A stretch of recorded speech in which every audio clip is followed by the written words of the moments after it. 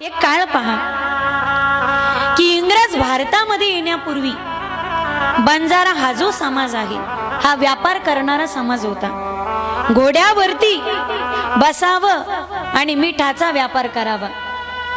खरं तसं पाहिलं तर बंजारा हा समाज आणि बंजारा समाजातले जे जुने लोक आहेत ते सांगतात की आमचं मूळ वास्तव्य हे महाराष्ट्रातलं नाही, मूळचा हा समाज राजस्थान मधला। म्हणजे राजस्थान मधून व्यापार करण्यासाठी ज्यावेळी हा समाज बाहेर पडला, मग अनेक ठिकाणी आपला समूह करून बंजारा समाज राहिला आणि इतर राज्यांमध्ये मग त्यांचं वास्तव्य दिसू लागलं। पूर्वी ही वनामध्ये राहणारी जात, वनामधला अगदी खडा ना खडा माहिती, बाहेरचे रस्ते कोणी सांगेल, पण जंगलामधले असलेले रस्ते फक्त वंजारी समाजाला चांगल्या प्रकारे सांगता येतील। जसं आपण गुगल मॅपवर जर सर्च केलं तर कोणता रस्ता लवकर, कोणता रस्ता चांगला, हे जसं गुगल मॅप सांगतो, तसा ऐतिहासिक काळातला एक गुगल मॅप म्हटलं तर बंजारा समाज। म्हणून अनेक मोहिमांमध्ये त्या मोहिमा फत्ते करण्यासाठी जंगलातील गुप्त रस्ते कशा आहेत, कोणत्या रस्त्याने आपलं सैन्य पळवायचं, याची सगळी योजना आखत असताना बंजारा समाजाला अगोदर त्या युद्धामध्ये समोर ठेवलं जायचं आणि मग युद्धाची योजना आखली जायची। पण भारतामध्ये इंग्रज आल्याच्या नंतर बंजारा समाज हा कुणासमोरही न झुकणारा समाज। बंजारा समाज म्हणजे स्वाभिमानी समाज। पण या इंग्रज अधिकाऱ्यांनी या बंजारा समाजावरती घाव घालायला सुरुवात केली।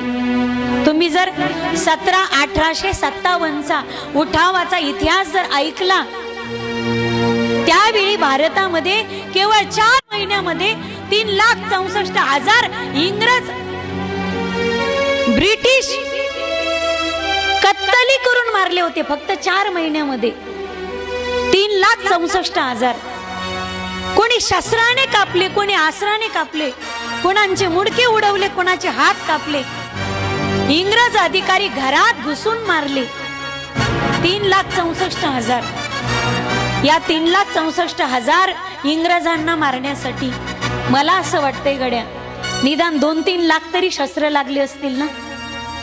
मग हे 2-3 लाख शस्त्र, या तलवारी बनवल्या कुणी आणि या बनल्या कशा, या पाठीमागचं संशोधन झालं आणि इतिहासकाराला संशोधनाअंती कळालं की 1857च्या उठावामध्ये 3,64,000 इंग्रज मारत असताना ते ज्या ज्या शस्त्राने मारले, पण ते शस्त्र तयार जर कुणी केले असतील तर शस्त्र तयार करण्यामागची भूमिका ही बंजारा समाजाची होती। बंजारा समाजाने कच्च्या लोखंडापासून पक्के हत्यार बनवले, ते सगळ्या भारतीयांना वाटण्यात आले। ते शस्त्र हातामध्ये घेऊन भारत इंग्रजांशी युद्ध जिंकला आणि त्यानंतर इंग्रजांच्या गुलामगिरीतून आमचा भारत देश मुक्त झाला। मला हे सांगायचे की इतिहासामध्ये या बंजारा समाजाचं फार मोठं योगदान आहे। बंजारा समाज कोणाही समोर न झुकणारा समाज, तो इंग्रजासमोर सुद्धा झुकला नाही। इंग्रजाच्या प्रत्येक प्रश्नाला उत्तर देत गेला आणि त्यावेळी इंग्रजांनी एक ऍक्ट काढला, क्रिमिनल ऍक्ट।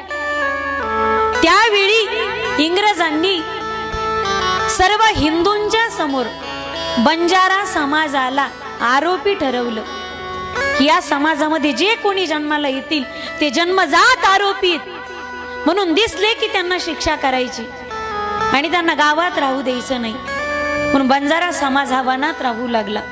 म्हणून त्यांना वनचारी, वनचारी या शब्दाचाच अर्थ झाला पुढे वंजारी, म्हणजेच वंजारा। त्यामध्ये वंजारी वेगळे आणि बंजारा हा समाज वेगळा। हा समाज शिक्षणापासून वंचित राहिला, यांचं वास्तव्य फक्त जंगलातच होऊ लागलं। मग शिक्षणापासून हा समाज वंचित राहिला, फक्त भटकंती करू लागला टीजभर पोटासाठी। पण माझी विनंती असेल, इंग्रज गेल्याच्या नंतर हा समाज खऱ्या अर्थानं समाजाला कळाला। पुन्हा शासनाने जरी आरक्षण दिलं असेल तरी वंजारा समाजाचं योगदान आणि या बंजारा समाजाचं समर्पण जगाच्या समोर खऱ्या अर्थाने येणं गरजेचं आहे। श्री संत सद्गुरू सेवालाल महाराज या समाजामध्ये जन्माला आले, म्हणून आजही आपल्याकडे कुलदैवत म्हणून सेवालाल महाराज आणि या समाजाची जी कुलदेवी आहे पोहरा देवी, या दोन देवाची पूजा केली जाते। थोडक्यात मला श्री संत सेवालाल महाराजांची काही वचनं आपल्या समोर ठेवायची। जो स्वतःला खरा बंजारा समजून घेत असेल त्याने श्री संत सेवालाल महाराजांची वचनं जीवनात आणणं गरजेचं आहे।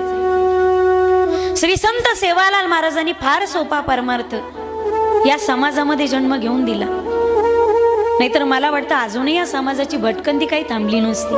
श्री संत सेवालाल महाराज या जातीमध्ये जन्माला आले आणि फार मोठी आध्यात्मिक प्रगती झाली।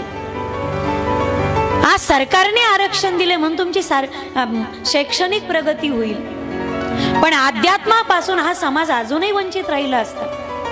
संत सेवालाल महाराजांनी जर समाजामध्ये जन्म घेतला नसता, सगळ्यात सोपा परमार्थ सांगितला की दगडामध्ये देव पाहू नका, तो देव तुम्ही प्रत्येक व्यक्तीमध्ये पहा। म्हणून फक्त दगडाचीच देव पूजा करत बसू नका, तर तहानलेल्याला पाणी आणि भुकेल्याला अन्न हे संत सेवालाल महाराजांचं ब्रीद वाक्य होतं।